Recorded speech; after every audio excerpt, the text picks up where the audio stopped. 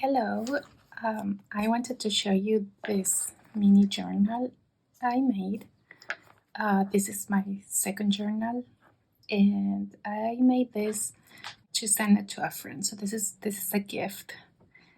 I'm still trying to figure out what my style gonna be. So this is probably not what I would consider to be my own style, but it's more like what I think someone else might like. I actually like it visually. So let's just go and take a look and see how it's inside. First of all, I just wanted to mention that I did use a lot of trash to make this similar to my first blue journal. And I guess that's my thing. That's what I want to do. It's not perfect. You can see here that the binding, it's not properly done. It's not aligned where I wanted it to be. I guess my spine didn't end up being in where I wanted it to be, but I mean, it's functional. So I took a piece of junk mail, some sort of cardstock, and then I covered it in this cardstock that has some texture and it has a look of an old book kind of thing. And then I did put some washi tape on the ends because I wanted some more protection and secure this area.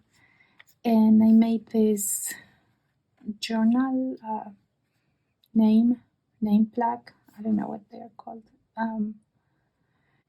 Using pages of the science magazine that I've been using and cardstock. And I stamped the word mini and I wrote that on the journal. I watched a tutorial by Natasha from Treasure Books, and she made this paper flowers that I think are super cute, so I used that for my closure. So the closure is like this. The brad goes in here, and I use the legs just to put this flap tag kind of thing in here, where the owner of the journal can write their name. But also, I guess it could work as a pocket. I don't have anything. I didn't put anything in there, but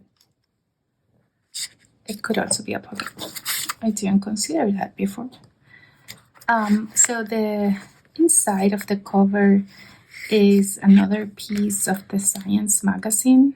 So it's some sciencey images. And let's go. So this is just scrapbook pages. This is a music page from a vintage magazine from the 60s. So the vintage look, it's because it's actually very old. And I made a little pocket on the other side here, and I put some pieces of ephemera and stickers, and this can be used as a journaling spot. I took this piece of paper and I inked the edges and I stamped a butterfly, and there's more pieces of paper. So it's going to be a little surprise. This is a map, and on this side I clipped this little, this should go like this, this little note. This is a printed page that I made for something else. So I also saw Natasha making this type of journaling spot. You should check out her channel, Treasure Books. She has so many ideas. So it's not great, perfect, but I think I like it how it looks, like old, because it was a very new looking copy paper. I printed this out. So this is another piece of scrapbook paper, and I made this little tag. I made like a collage, a masterboard collage and put some washi tape on the end, some stickers, and this can be used as a journaling spot. And more journaling paper here. So this page I made it into a pocket. I kind of made 2 pockets of this page. So we have that pocket there, and there's some more journaling cards and tags. And so I also made this kind of thing to go in there. And this is a coloring book page. This is some flyer from school. This here, I made this little envelope baggie using a very old magazine. I guess this is like a sewing book magazine from 1960. And so it's super cool. I really like it. So I've been using a lot of these pages to make bags and different things. So this is what I've been using. You can see I made other things with it. Oops. And this page is a green craft paper that I have from many years ago. That's becoming vintage by itself now because it's too old. So this is a little bag. Again, I think this is the type of bag. I think I also watched in Natasha's channel, so go and check it out. And I put some stickers, washi tapes, and stamps. And it's filled with stickers, a washi tape sampler. So I guess we'll go one by one. And more stickers. More stickers. These are like the washi type stickers. And they are stamps, but it's Van Gogh. It's super cool. And more of that. Another tag that I made. And I clip it here. So this is some notepad paper. And this is an envelope paper. Ooh, I'm fascinated by this. This is something that I recently learned, that envelopes, like the security envelopes from like bills or junk mail, they have patterns inside. I'm obsessed now. I have a full box with envelopes. Super cool. And so this is the middle of my signature. So I have only one signature. I made a bow here. And so we go back. More of that green. And so this is another pocket, and I used some of this magazine booklet from the 60s. I really like this. I think it's patterns, it's for fashions. I actually like a lot 60s fashion, so I thought it was very pretty to use it, and I made another pocket with her legs. So this is actually her legs. And so there is more tags and plenty of stickers in here.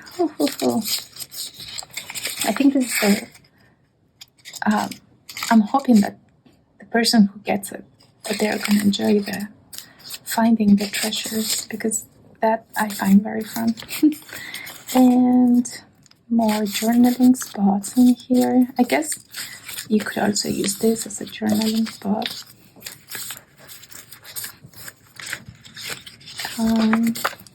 The coloring book. More another tag, and in this tag I put some writing paper on the back, and this other one that says peaceful. It's a really nice tag. This is from a magazine. This image is from a magazine. The background. I put stickers and I stamped these letters in there, and more ephemera paper. Oh, and this I really like. I don't know where I got this idea, honestly. I think I saw it somewhere too. maybe also Natasha. So it's like a little notebook, but instead of having pages, it has this folded piece of paper. This is again, it's a coloring page. And I don't know, I think it's super cute. I think I used a tag. This was actually a tag. You know those tags that come with, was it a toy? I don't know what it was, but it's a tag that I covered with the scrapbook paper. I stamped that label on there, and then I put this in here. So it's hard cardstock. I guess you could just sew it with paper, but I took advantage of the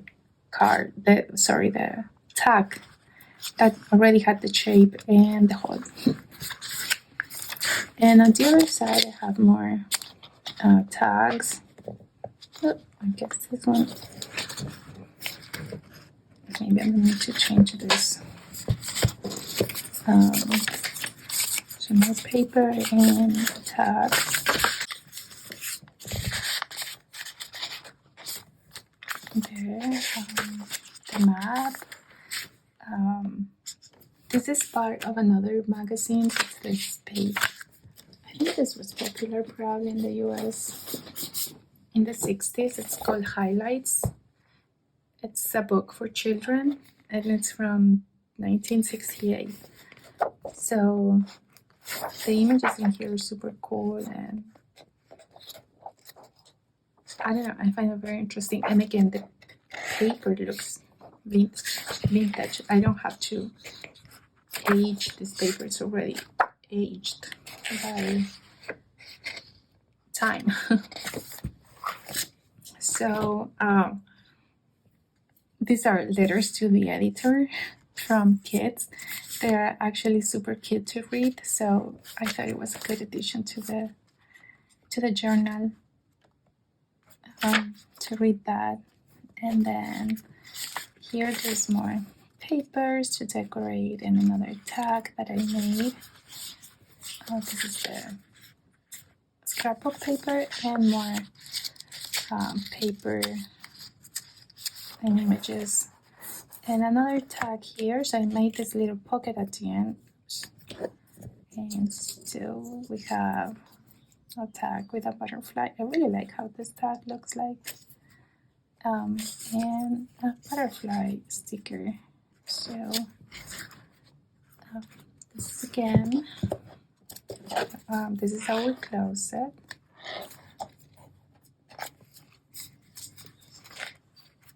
Or I guess depending, so if you want this to be longer,